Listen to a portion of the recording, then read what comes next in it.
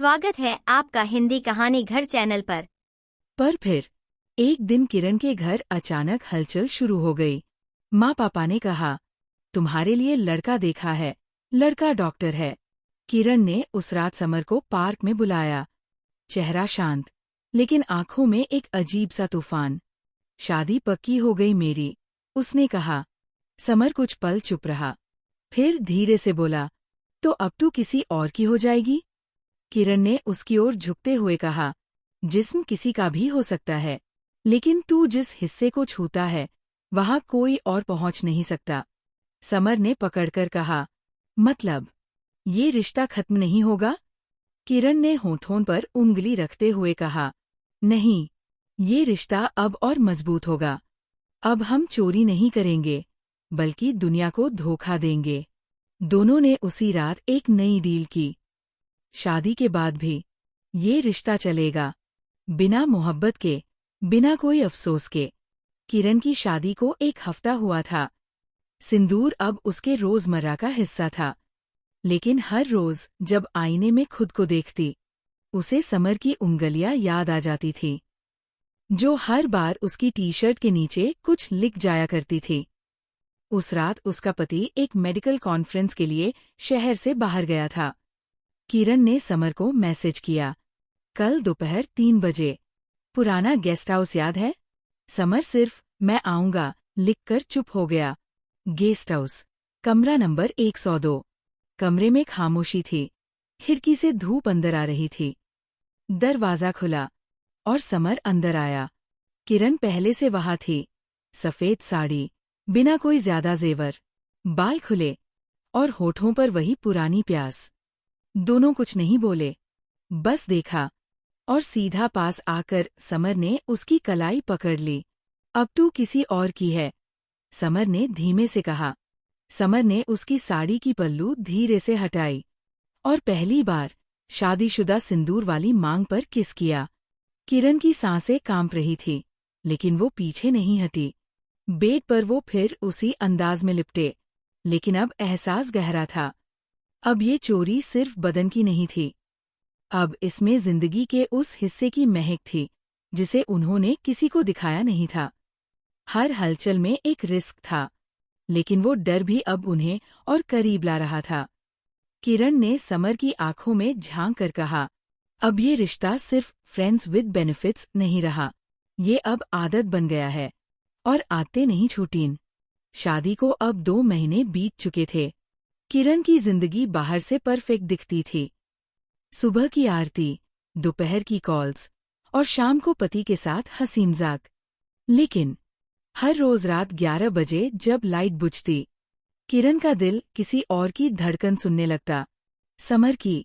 एक दिन समर ने बस एक लाइन भेजी, तू अब भी मेरी है?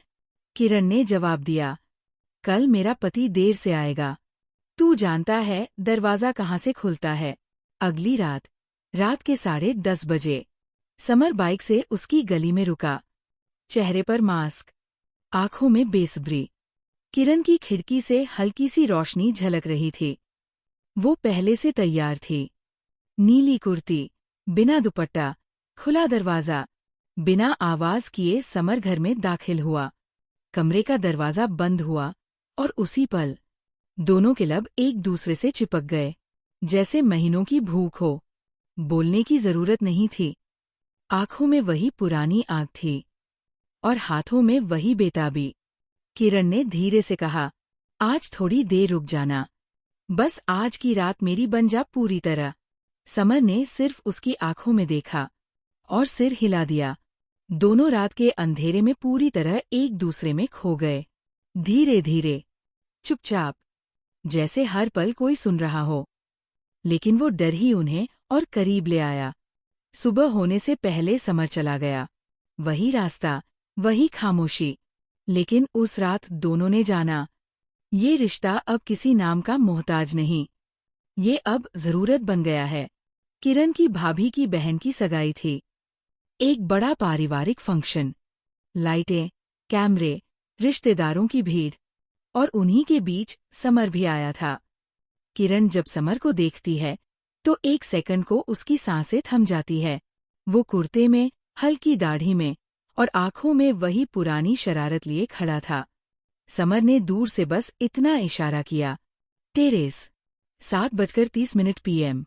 हर कोई नीचे था, संगीत, हंसी और कैमरे में बिजी। छत पर ठंडी हवा थी और थोड़ी अंधेरा। किरण ने धीरे से चप्पल उतारी, पल्लू संभाला और सीढ़ियां चढ़ गई। समर वहां पहले से खड़ा था, रेलिंग के पास। इतने लोगों के बीच भी तुझे देख ही लिया, समर ने धीमे से कहा। किरण मुस्कुराई, लेकिन आवाज कंप रही थी। कोई देख न ले। देख ले तो? अब तू किसी और की है, मैं तो बस पुराना दोस्त हूं ना। एक पल को खामोशी हुई। फिर समर ने धीरे से उसकी कमर पकड़ ली। अब भी तू उसी तरह कांपती है, उसने कान के पास फुसफुसाया। किरण की आंखें बंद हो गईं और दोनों के लब फिर एक बार पास आए। इस बार ज्यादा संभल कर, लेकिन उतनी ही भूख के साथ। छत की एक दीवार की आड़ में दोनों कुछ देर के लिए दुनिया से गायब हो गए। 5 मिनट, 10 मिनट, सिर्फ उनके बीच की गर्म सांसें, स्पर्श और अधूरी आवाजें थीं। नीचे कोई उन्हें खोजता, उससे पहले। किरण ने अपने बाल ठीक किए, समर ने अपनी शर्ट संभाली और दोनों अलग अलग सीढ़ियों से नीचे उतर गए। भीड़ में फिर से सामान्य, जैसे कुछ हुआ ही न हो। समय बीतता गया। किरण की शादी को सालों हो गए। समर की जिंदगी में भी काम, रिश्तेदार और जिम्मेदारियां आ चुकी थी। लेकिन जो नहीं बदला वो था उनका रिश्ता। कभी कभार कोई शादी, कोई त्योहार, कोई बहाना, कोई पुराना दोस्त, और बस एक इशारा काफी होता। टेरेस, 2 बजे पार्किंग के पीछे, तेरे शहर आ रहा हूँ, होटल वही पुराना। इन छोटे छोटे संदेशों में सारी दुनिया समाई होती। कभी कुछ घंटे, कभी कुछ मिनट, लेकिन हर मुलाकात में वही पुरानी दीवानगी, वही छुप छुप कर मुस्कुराना, वही दरवाजा बंद कर लेना और फिर खो जाना। समर और किरण ने कभी एक दूसरे से वादा नहीं किया, ना प्यार, ना साथ, ना भविष्य, लेकिन जो वक्त उनका होता वो पूरी तरह सिर्फ उनका होता। ना कभी किसी को शक हुआ, ना कभी कोई अफसोस, क्योंकि जो रिश्ता दुनिया को नहीं दिखता वो टूटता भी नहीं। आज भी जब कभी किरण अपने मोबाइल पर एक पुराना गाना सुनती है या समर एक खास इत्र की खुशबू पाता है, तो दोनों को पता चल जाता है वक्त आ गया है।